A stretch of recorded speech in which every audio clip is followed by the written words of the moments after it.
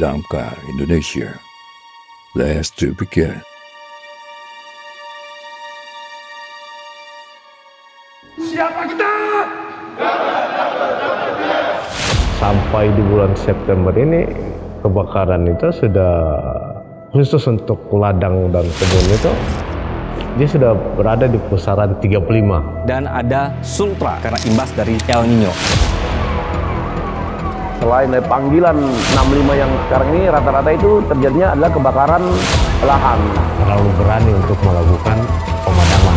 Kalau jangan main-main ya, ini penjara ini, langsung ditangkap penjara ini. Pihaknya menerjunkan 5.000 mobil damkar serta kebakaran.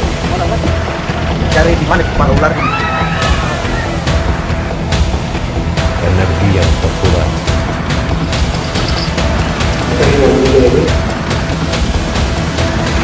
Kami menikmati perjalanan ini. Demikian.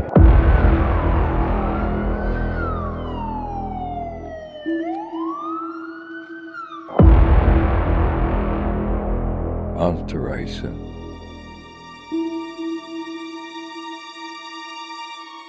Selamat pagi! Pagi! Apa kabar? Luar biasa! Siapa kita? Apa kabar? Luar biasa! Bagaimana situasi? Adakah Damkar di dalammu? Ada! Di hatimu? Ada! Mana? Tidak! Mana?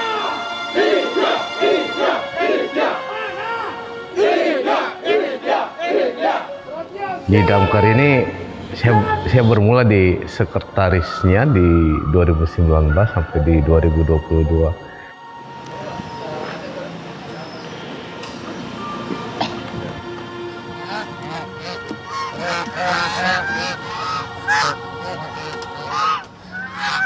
Jadi kalau memang kami di Damkar ini sekarang menerapkan ada sedikit kita memberi sanksi atau hukuman apabila mereka terlambat. Karena kami di Damkar itu kami jam 7.15 itu sudah apel pagi, sudah persiapan apel pagi dan sudah mulai.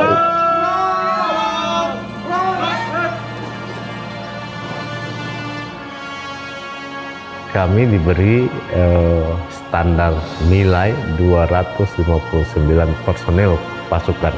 Namun yang tersedia hari ini kita baru berada di kisaran 116 beserta para pejabat fungsional Damkar.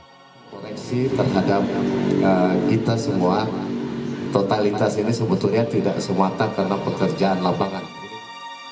Dia berbeda karena dia bergerak atau dia menjadi dinamis.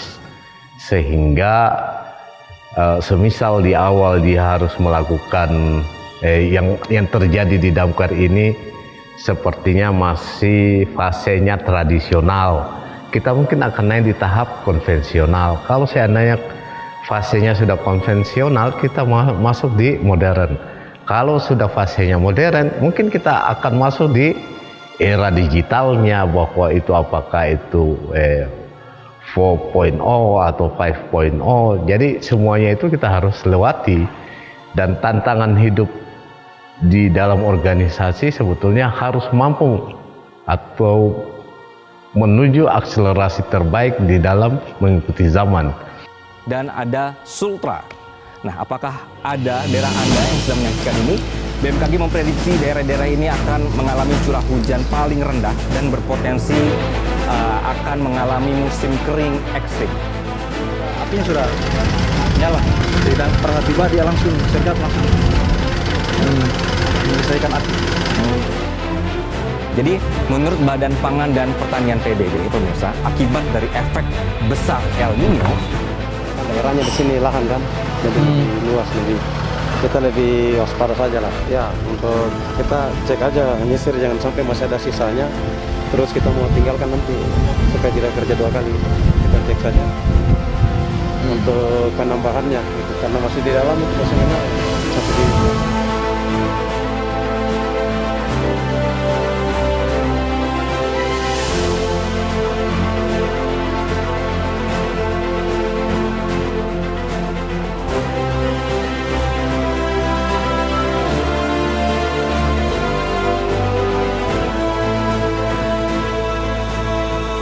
memang untuk musim kemarau seperti ini terus terang saja kami damkar Kota Bau-Bau itu kewalahan. Kewalahannya gimana? Selain panggilan 65 yang sekarang ini rata-rata itu terjadinya adalah kebakaran lahan. Terus kami kendalanya adalah kekurangan pasokan air baku.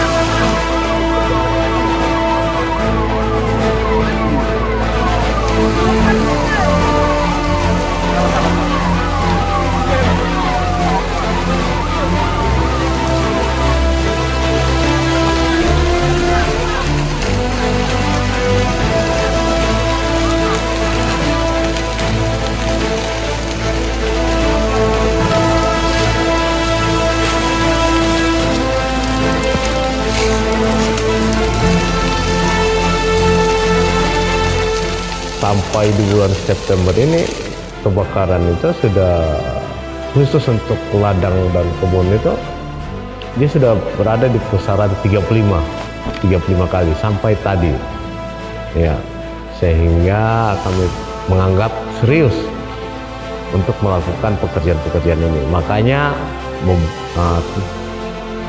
di waktu yang lalu kami juga melakukan yang namanya apel besar untuk mengantisipasi kebakaran El Nino ini. Kebakaran terjadi di Kelurahan Lamangga, Kecamatan Murhum, Kota Bau-Bau pada Kamis siang 25 November tahun 2021 sekira pukul 14.56 waktu Indonesia Tengah. Akibatnya satu buah rumah panggung ludes dilalap sejago merah. Kepala Bidang Pemadam Kebakaran Laudenur Alam Doaka mengatakan pihaknya menerjunkan 5 unit mobil damkar di tempat kebakaran. Namun masyarakat di lokasi sudah menyiapkan 2 unit mobil tambahan air sehingga kebakaran dapat dengan mudah dipadamkan. Dugaan terjadinya kebakaran belum bisa dipastikan karena memerlukan investigasi lebih lanjut. Sejauh ini tak ada korban jiwa dalam insiden ini, sedangkan kerugian belum bisa diprediksi.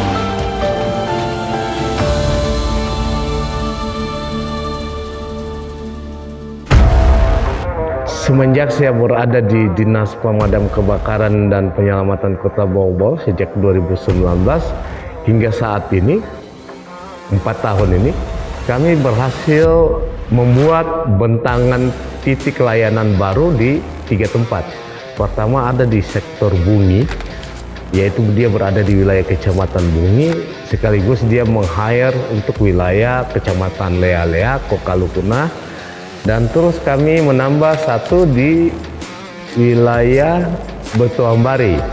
Tepatnya dia berada di Palagimata. Di sana dia melayani wilayah Kecamatan Betuambari dan Kecamatan Murhum.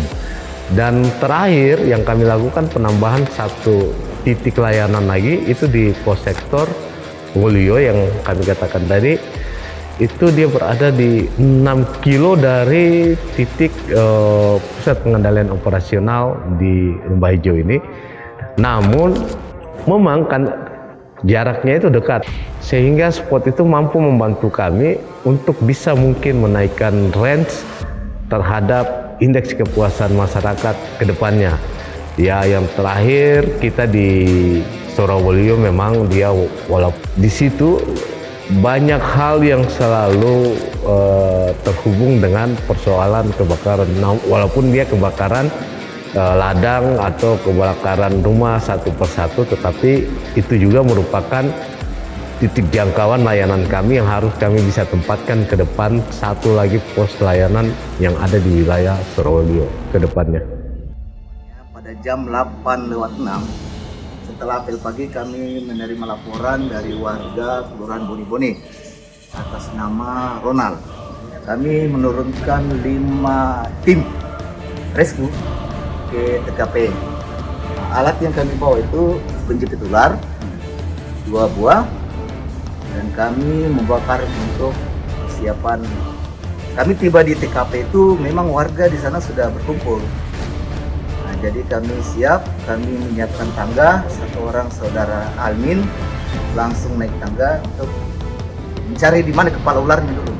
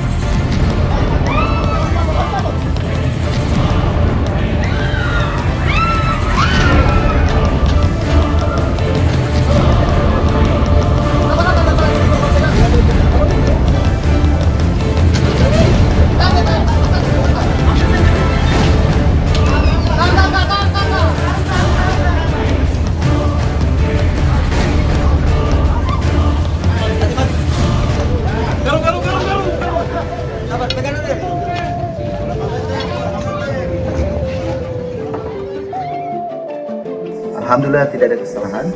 Kami semua sudah siap kalau ada laporan evakuasi ular.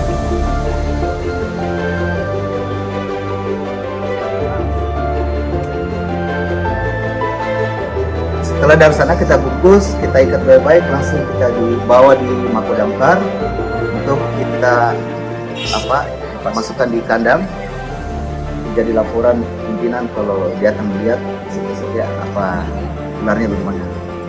Ukuran ular itu diperkirakan 2,5 sampai 3 meter ya. Ini jenis ular piton. Laporannya awalnya itu ular berada di seberang jalan nyebrang ya, menuju ruko itu.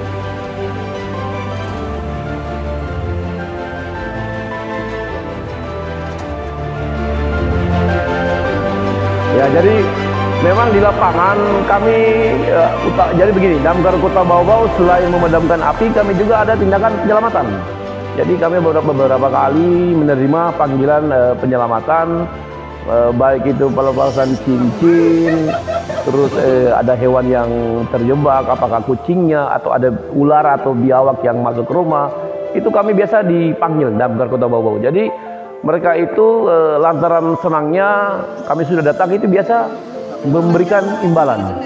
Tetapi saya selalu mengatakan kepada anggota, tolong jangan diterima. Kenapa saya bilang begitu? Karena memang kita itu kerjanya niatnya ikhlas. Kalau mereka memberikan air minum ya mungkin ya kita minum. Tetapi kalau dalam bentuk uang, saya selalu bilang tolong jangan diterima, dikembalikan saja. Karena memang tugas-tugas kami ini adalah tugas-tugas sosial. Tidak ada yang dipungut biaya. Dan alhamdulillah rekan-rekan sekarang sudah lebih profesional, mereka akan tidak berani menerima seperti itu. Ya, walaupun dipaksa mereka tidak akan berani. Kecuali memang sudah disimpan di mana, kadang nanti di kantor baru mereka melapornya kepada saya. Jadi mereka tidak ada pernah bilang mau sembunyi-sembunyi terima apa tidak. Pasti tidak melapor. Saya biasa marah dulu, tetapi kalau sudah ada di tangan kami, kadang juga kami bingung mau diapakan. Ya paling kita beli rokok, terus kita rasakan sama-sama. Dan pada intinya kami selalu bekerja tidak mengharapkan imbalan, gratis dan gratis. Substansi standar pelayanan minimum yang diprasyaratkan oleh pemerintah pusat melalui Kementerian Dalam Negeri itu adalah 15 menit respon time. Respon time yang dimaksud di wilayah pemadam kebakaran itu adalah sejak seseorang melapor, entah itu per telepon atau itu mendatangi piket, sampai pada persoalan pasukan atau unit damkar tiba di lokasi dan melakukan eksekusi pertama, itu dihitung sebagai respon time. Respon time nasional itu dia berada pada 15 menit maksimal layanan untuk SPM-nya. Sedangkan yang kami bisa lakukan di Dinas Pemadam Kebakaran dan Penyelamatan Kota Bau-Bau itu, kami sudah bermain di durasi 7-8 menit respon time untuk SPM-nya, sehingga dapat kami sampaikan bahwa untuk layanan Dinas Pemadam Kebakaran dan Penyelamatan Kota Bau-Bau itu sudah mencapai target dari separuh yang dipersyaratkan oleh SPM nasional. Ya, kami sangat pahami mungkin mereka ada sedikit ketakutan dengan apa yang terjadi, seperti barangnya habis, rumahnya habis. Tetapi kami berusaha kerja seprofesional mungkin dengan cara datang lebih cepat sesuai respon time. Karena memang respon time kami itu sebenarnya 15 menit sudah menggelar selang sampai tiba di lokasi. Tapi kami target kami adalah secepat mungkin, jangan sampai melebihi dari respon time 15 menit itu. BMKG bahwa fenomena kekeringan juga ini atau dampak El Nino ini akan berlangsung cukup lama. Mungkin diperkirakan sampai di awal 2024 nanti. Kalau dari Damkar sendiri Kota Bau-Bau ini pemenuhannya kami sudah menyebar. Kita tuh butuhkan berapa menit untuk sampai di lokasi? Itu 15 menit. Mulai saat pelaporan. Tapi oleh Damkar Bau-Bau ini capaian itu kita sudah berada di kisaran 7 dan 8 menit. Artinya kita sudah berada pada separuh dari target nasional yang berlawanan maksimal 15 menit. harus selalu melakukan evaluasi tentang strategi dengan RRI Kota Bau yang punya kepedulian terhadap isu belakangan yang terjadi di Kota Bau, dan ini memang paralel dengan isu nasional dan isu global tentang persoalan El Nino ya. Ketika ada kebakaran ruko pada saat subuh hari, pemilik ruko itu menghubungi saya sebelum azan subuh. Dia menghubungi saya bahwa ada kebakaran di rukonya, di ruko mertuanya. Ini bukan yang dihubungi oleh piket, bukan nomor call center dari damkar, tetapi ke saya. Nah, pada saat itu saya langsung bergegas untuk pergi melakukan pemadaman kebakaran. Sambil berjalan saya menelpon damkar, ternyata damkarnya juga sudah dihubungi oleh ojek pada saat itu, sehingga kami bertemu di titik yang sama di ruko itu untuk melakukan pemadaman. Pada saat itu saya kepikiran bahwa rekan-rekan pasukan ini terlalu berani untuk melakukan pemadaman, ya, karena mereka masuk pada ruang atau area kebakaran yang sebetulnya itu cukup membahayakan jiwa mereka, begitu. Sehingga peran itu saya gantikan. Saya bilang udah keluar aja dari ruko itu, sementara di dalam ruko itu asap pekatnya keluar kan. Sementara di dalam ada tabung gas banyak yang dijual juga. Cuman hitungan saya kalau tabung gas itu kan titik didihnya tinggi sekali. Nah, saya hanya punya ketakutan satu, bahwa ketika mereka melakukan tugas dan mereka cedera, dalam artian cacat dalam tugas, saya takut itu akan mengganggu pikiran saya. Jadi lebih baik saya mengganti mereka untuk membatasi ruang bekerja mereka di dalam. Demikian.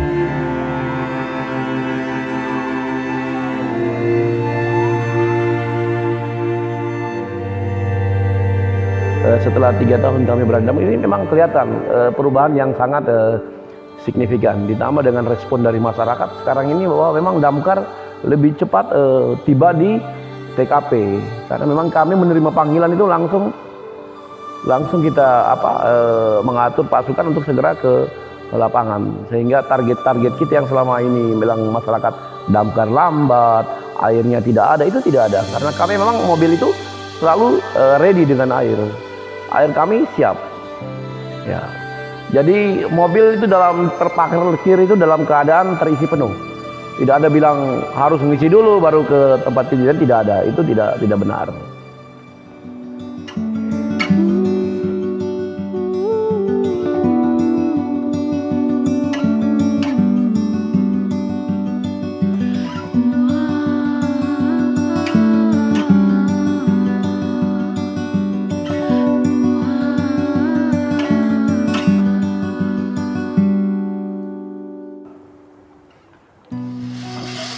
Saat pertama gabung di damkar, yang saat itu armada banyak berkendala, peralatan banyak terkendala, makanya saya putuskan untuk membantu damkar Kota Bau untuk menangani perbaikan kendaraannya.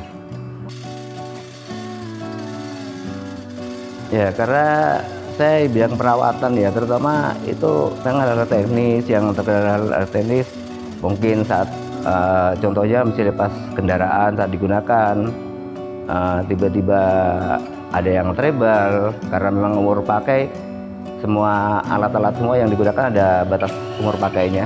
Walaupun setiap hari kita lakukan pengecekan, tapi kenyataannya karena waktu di lapangan ada kendala gitu, ya di saat itulah yang kita rasakan cukup berat di satu sisi.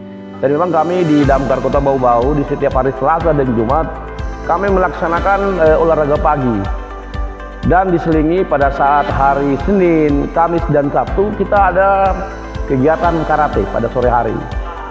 Ya, kenapa karate kita lakukan? Jadi karate ini sebenarnya juga membantu rekan-rekan anggota Damkar untuk melatih fisik dan mental mereka, karena memang kami di lapangan itu selalu situasinya itu agak memang boleh dikata sedikit mencekam, sehingga kami juga harus dibekali dengan mental yang kuat, karena apabila kami diganggu terus kami tidak kuat, bisa saja kami bekerja sudah tidak maksimal. Makanya selalu saya bilang ini jangan dilihat dari kenapa kita karate, karena memang di karate itu ada beberapa gerakan-gerakan yang memang kita praktikkan pada saat pemadaman, seperti penguatan kaki kuda-kuda, itu kita di karate ada. Sehingga saya selalu menganjurkan mereka untuk datang, dan itu sifatnya wajib. Di samping itu juga kami di Damkar Kota Bau itu mempunyai peralatan gym.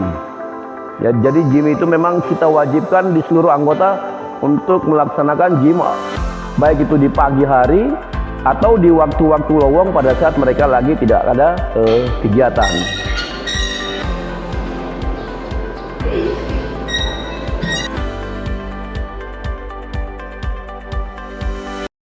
Ketika ada kebakaran yang menimpa gedung KPN di wilayah Wolio. Pemirsa, diduga akibat korsleting listrik, ex-kantor pelayanan perbendaharaan negara atau KPPN Kota Bau, Sulawesi Tenggara terbakar. Jadi pada saat itu kami meminta bantuan dari sektor Bungi, sektor Wolio, dan sektor Betwambari. Kami itu ada kekuatan di Jalan Anwa, Kecamatan Wolio, Kota Bau, Sulawesi Tenggara. Basah, bomba selamat, bomba cari pintu, bomba tangkap bulan, bomba kebakaran, bomba semuanya. Kasihan, tambah besar, kasihan. Api baru dapat dipadamkan 1 jam kemudian setelah petugas mengerahkan 8 unit mobil pemadamnya. Beberapa waktu yang lalu saya juga sampai kaget. Kami tarik semua pasukan yang ada di pinggiran, yang di Bungi dengan di ex-PVRI itu kami tarik semua. Ya, terima kasih apresiasi luar biasa nih Pak. Nanti yang barangnya full nanti. Makanya selesai Pak. Ya. Tetapi saya lihat masih ada di TKP, kami lanjut sampai jam 2:30 itu. Kan Bapak temani saya. Iya, nanti dan izin Pak Kadis, Pak Kabit ya, Pak Kanwil titip semacam piagam penghargaan. Ketika mereka menyampaikan rasa terima kasihnya dengan memberi piagam penghargaan. Kalau kita melihat bahwa mereka harusnya berduka, tapi mereka melakukan empati terhadap kerja-kerja Damkar sehingga menyampaikan piagam penghargaan. Karena di gedung KPN itu kami juga mampu menyelamatkan perumahan karyawan KPN yang berhimpitan langsung dengan gedung itu. Mungkin ada 12-13 rumah lah di belakang itu, 15-an mungkin yang berhimpitan langsung, dan untung rumah para karyawan itu tidak terjilat atau tidak terlahap oleh kebakaran gedung yang berada di depannya.